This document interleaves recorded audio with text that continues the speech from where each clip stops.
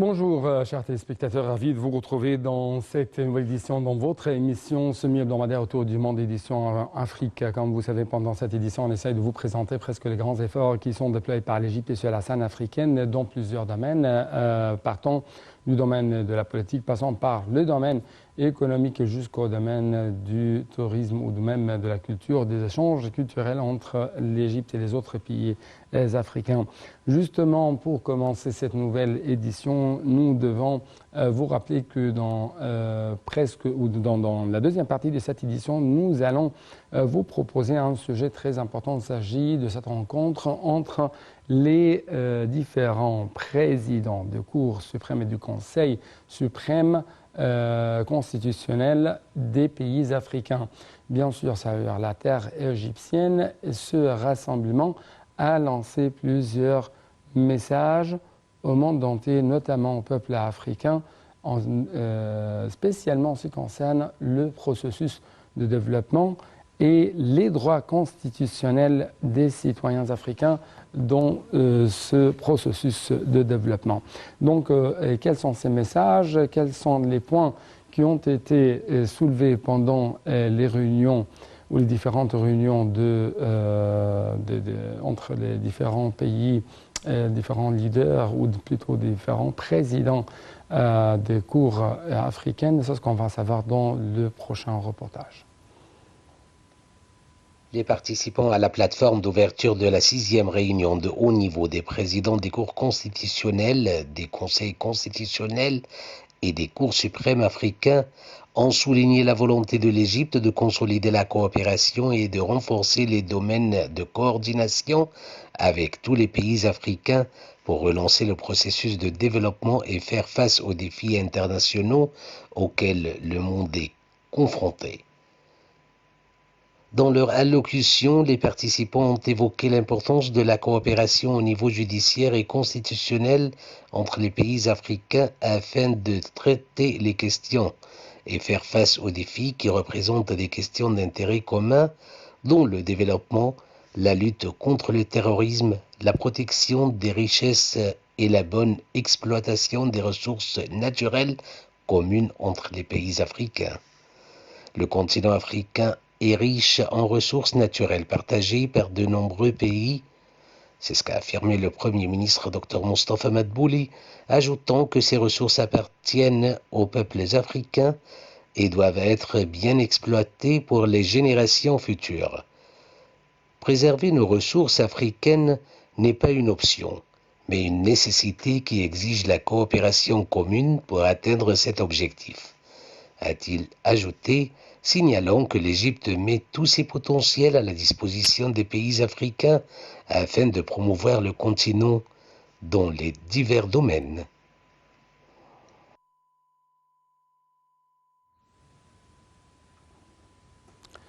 L'Égypte tient à soutenir le rôle du pouvoir judiciaire dans les sociétés africaines avec de telles affirmations. C'était en fait la réaction officielle du président égyptien Abdel Fattah el-Sisi lors de la réception des présidents de cours constitutionnelles et suprêmes africaines ici en Égypte. Les explications tout de suite.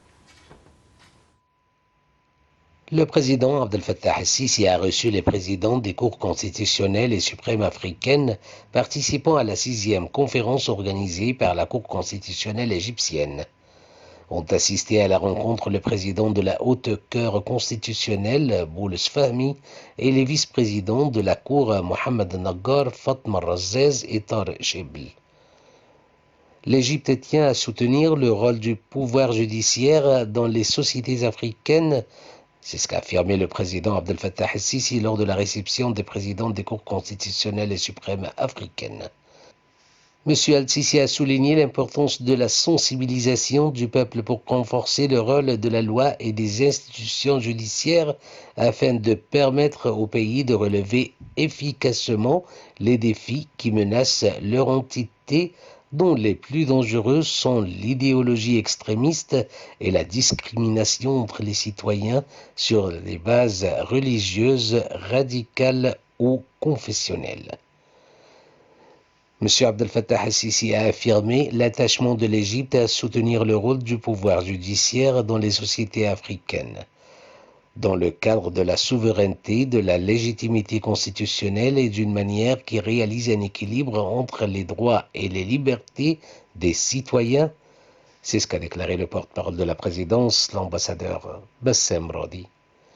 Les efforts judiciaires revêtent désormais d'une importance particulière à la lumière des défis auxquels sont confrontés les pays africains, notamment en ce qui concerne les droits de citoyenneté, les droits des réfugiés et des migrants, la protection de l'identité culturelle, les droits des peuples à leurs ressources naturelles communes et les efforts dont le développement économique, a noté le chef de l'État. De son côté, le président de la Haute Cour constitutionnelle égyptienne, Boulos Fahmy, a dit que l'organisation de la conférence sous le patronage du président Al-Sisi était un grand honneur. M. Fahmy a valorisé l'attachement du président à renforcer la prise de conscience quant à l'importance de l'indépendance de la magistrature et à renforcer le rôle joué par les cours constitutionnelles dans la protection des capacités des États et dans le fait de jeter les fondements de la démocratie et de relancer le développement.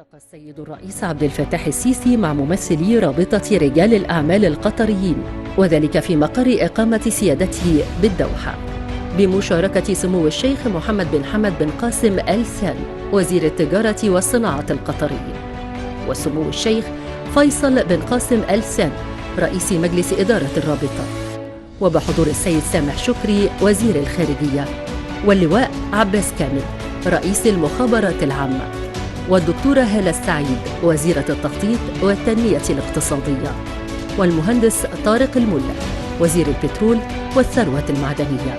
صرح المتحدث الرسمي باسم رئاسة الجمهورية بأن السيد الرئيس أعرب عن ترحيبه باللقاء الذي يجسد روح التعاون الأخوي بين مصر ودولة قطر، مؤكداً سيادته حرص مصر خلال الفترة القادمة على تطوير علاقات التعاون الاقتصادي والتجاري مع مجتمع رجال الأعمال والشركات القطرية، وتنمية الاستثمارات المشتركة للمساهمة في دعم مسيرة التنمية الاقتصادية في البلدين الشقيقين، وذلك في إطار من العمل المشترك لتعظيم المصالح المتبادلة والاستغلال الأمثل للفرص المتاحة.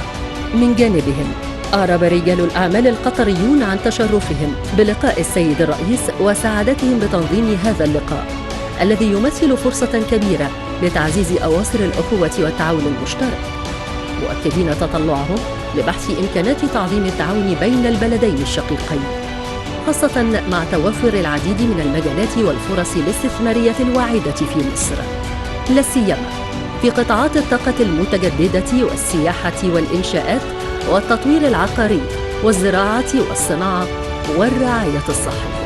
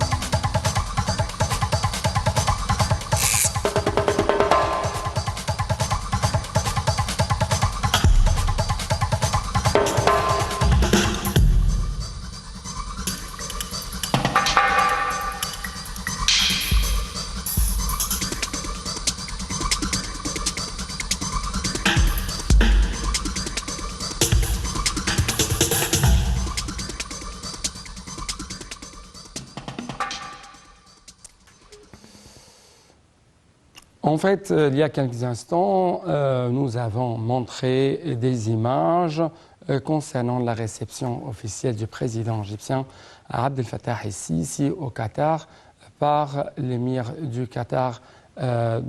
C'était des réceptions officielles consacrées et destinées à la réception, ou plutôt ce sont des mesures de réception officielle consacrées à Monsieur le président égyptien Abdel Fattah el-Sisi, qui visite pour la première fois le Qatar depuis son accès au pouvoir. De retour à notre sujet, Monsieur Abdelkader, Youssef Abdelkader, vous êtes toujours en ligne de NATV International. Oui, je suis en ligne, monsieur. Oui, monsieur, merci beaucoup toujours pour votre coopération avec nous. Et en fait, nous avons parlé, ou nous avons même proposé des reportages concernant la réunion ou la 16e édition des réunions des présidents des cours africaines ici en Égypte. Comment ça renforce de plus en plus le processus de développement? Comment ça renforce les efforts contre des phénomènes très dévastateurs comme le terrorisme et les immigrations clandestines. Donc, comment vous avez observé les messages lancés par de telles réunions au monde africain et au monde entier? De toute façon, bien sûr, l'Égypte a un grand rôle en Afrique. Elle a pris déjà sa place normale parce que si on voit l'Égypte avec toute l'expérience qu'elle est à lutter contre le terrorisme et tous les développements et protéger bien tous les ressources des richesses africaines et pour toutes les nouvelles générations. Et bien sûr, tout ça, ça intéresse beaucoup parce qu'en fait, maintenant, on voit l'Afrique, elle est super changée. L'Égypte aussi, elle est tout changée avec notre président Sisi, comment il est super actif en Afrique, d'où son président de l'Afrique.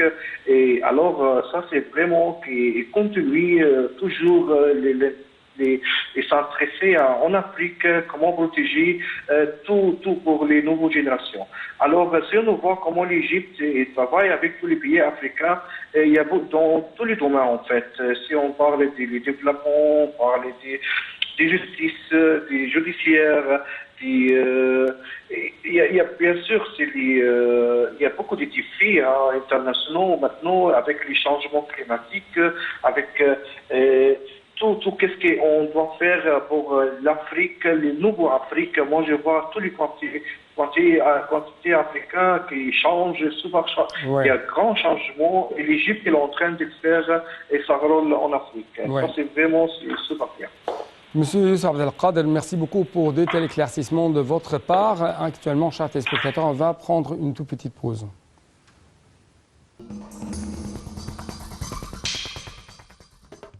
C'était donc l'appel à la prière du midi, selon l'heure locale du Caire, à partir de la mosquée Al-Fattah Al-Alim, qui se trouve dans la nouvelle capitale administrative de l'Égypte.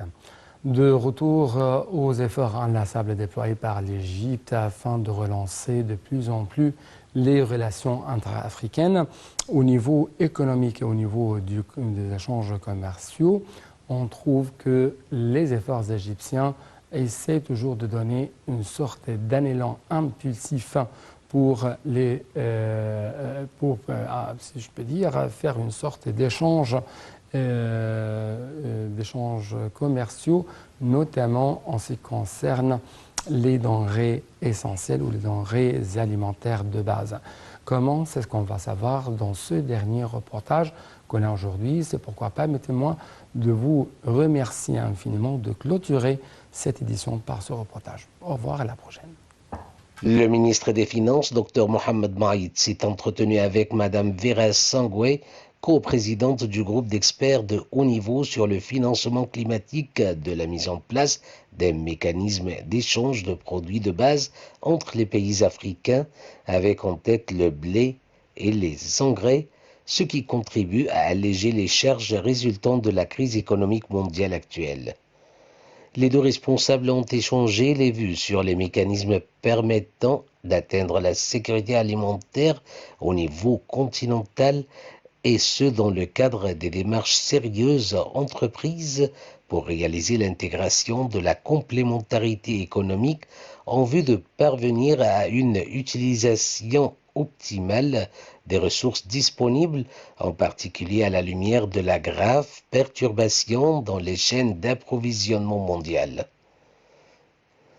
Pour sa part, le ministre a exprimé son appréciation pour les progrès réalisés par Mme Songwe durant son mandat en tant que secrétaire exécutif de la Commission économique des Nations Unies pour l'Afrique, lui souhaitant plein succès dans ses nouvelles fonctions, et ce en marge du Forum sur la coopération internationale et le financement du développement et de la réunion des ministres africains des Finances, de l'économie et de l'environnement dans la nouvelle capitale administrative.